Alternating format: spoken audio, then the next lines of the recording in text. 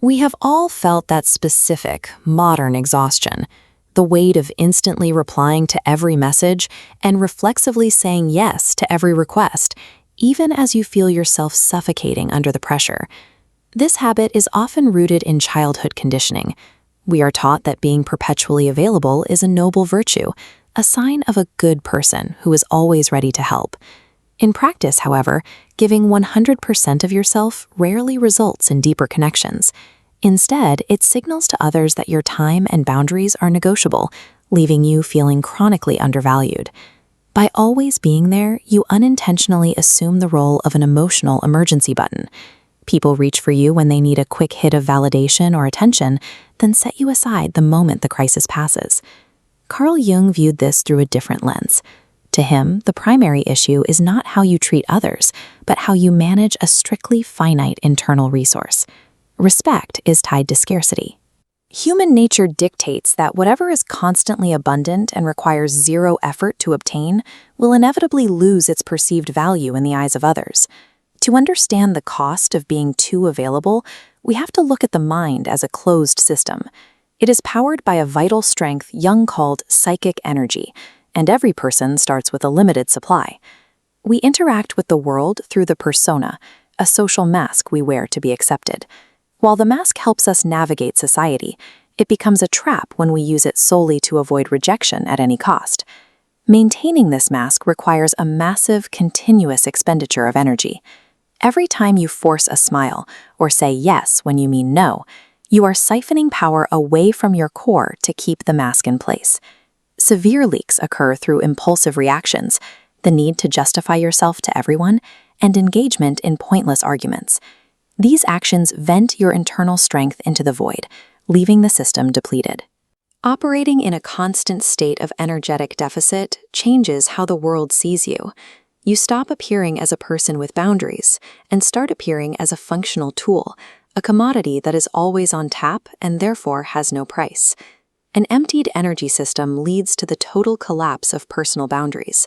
Without that internal reserve, you are left defenseless against people who seek to exploit your availability. Opportunists and manipulators scan for this exhaustion. They look for individuals who are too tired to say no, using them as convenient dumping grounds for their own emotional stress. Jung called this projection.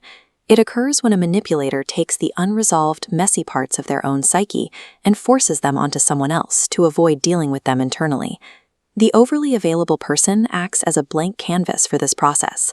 They absorb the chaos of others under the guise of being a helpful savior, even as that foreign noise further drains their own energy. This dynamic only functions if you remain a willing vessel. Your excessive availability effectively subsidizes the manipulator's refusal to do their own emotional work.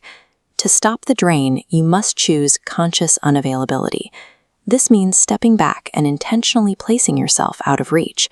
This withdrawal is a tactical necessity to preserve your remaining energy and allow the system to recharge. Using strategic silence removes the manipulator's leverage.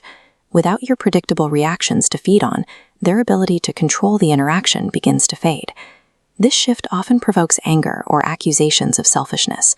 However, that reaction usually stems from the manipulator's panic. Your silence has become a mirror, forcing them to face their own internal noise for the first time. A person's frustration at your unavailability is often the clearest evidence at how they viewed you, as a functional utility rather than a person. Once you seal the leaks and your internal reservoir begins to rise, you face a new question. What will you do with this reclaimed energy?